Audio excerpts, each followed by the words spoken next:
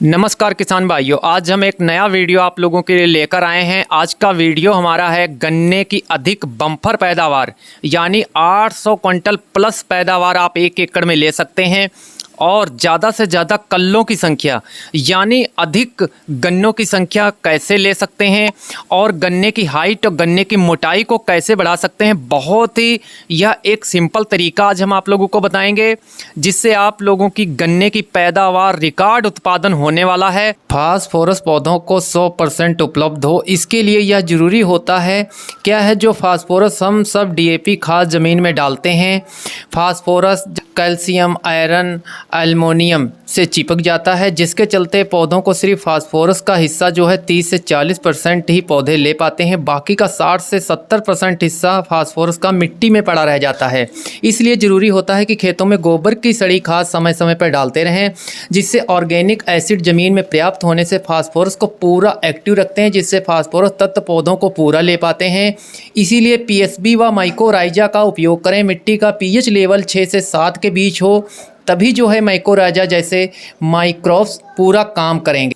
किसान भाइयों, किसी कारणवश हम वीडियो जो है अपलोड चैनल पर नहीं कर पा रहे थे, लेकिन अब कंटिन्यू वीडियो आप लोगों को हम चैनल पे देते रहेंगे और आगे हम आप लोगों को दिखाएंगे अपनी बम्पर ग्रोथ वाली गन्ने की फसल।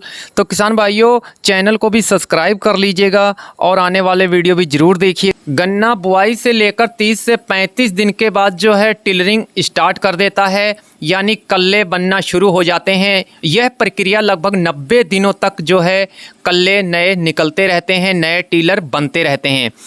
डिपेंड करता है कि आपका प्रबंधन इन दिनों में कैसा रहा है। प्रबंधन की बात की जाए तो आपने खेत में नमी पर्याप्त बनाकर रखी हुई है, यानी आपने सिंचाई समय समय पे करते रहना है। और आपने बुआई के समय किन किन खादों का प्रयोग किया था, यानी प्राइमरी यानी जो मेन बड़े पोषक तत्व हैं जैसे फास्फोरस और पोटास, नाइट्रोजन, बुआई में इसका प्रयोग किया होगा। आपने लाइनों में जिंक का प्रयोग किया होगा, सल्फर का प्रयोग किया होगा। अगर आप खेत की तैयारी करते समय 1 एकड़ में 4 से 5 ट्राली गोबर की सड़ी खाद प्रयोग कर देते हैं, जिससे भूमि जमीन के अंदर कार्बन और ऑर्गेनिक मैटर पर्याप्त मात्रा में होता है, जिससे गन्ने की फसल जो है कल्लों की संख्या अधिक ज़्यादा से ज़्यादा निकलती है। जब गन्ने का जमाव पूरा हो जाता है, जब 40 से 45 दिन की फसल होती है, तो पहली सिंचाई आप लोगों को ज़रूर कर देनी है। आपके खेत में अगर नमी है नहीं भी है तब भी आपको सिंचाई ज़रूर करनी है पहली। उस सिंचाई के उपरांत आप लोगों को 1 बैग यूरिया 1 एकड़ में ज़रूर प्रयोग कर देना चाहिए। स्क्रीन पे जो आप लोगों को गन्ने की फसल दिख रही है, इस समय हम अपनी गन्ने की फसल में ये पावरफुल डोज प्रयोग करके और मिट्टी चढ़ाने का कार्य किसान भाइयों कर रहे हैं। यह जो गन्ने की बुआई हमने प्रथम फरवरी के सप्ताह में की थी। जून माह में जितने भी हम गन्ने के कल्लों को निकाल सकते हैं, उन कल्लों को हम एक गन्ने का रूप किसान भाइयों दे सकते हैं। जून के बाद जो भी कल्ले निकलेंगे वो गन्ना नहीं बन पाएगा। वह जो कल्ले हैं एक बीमारी और रोग लेकर खेत के अंदर एंटर होते हैं। गन्ने की फसल एक लंबी अवधि वाली होती है, जिसको ध्यान में रखते हुए बड़े पोषक तत्व जैसे नाइट्रोजन, फास्फोरस, पोटास और जिंक, इनके अलावा सेकेंडरी पोषक तत्व जैसे सल्फर, बोरान, मैग्नीशियम सल्फेट और फेरस सल्फेट का भी एक अपना अलग महत्व होता है। इनका भी उपयोग समय रहते और सही मात्रा में करना होता है। ऑर्गेनिक मैटर के लिए फसल अवशेष और गोबर की सड़ी खाद और ऑर्गेनिक खादों का जरूर प्रयोग करते रहना चाहिए।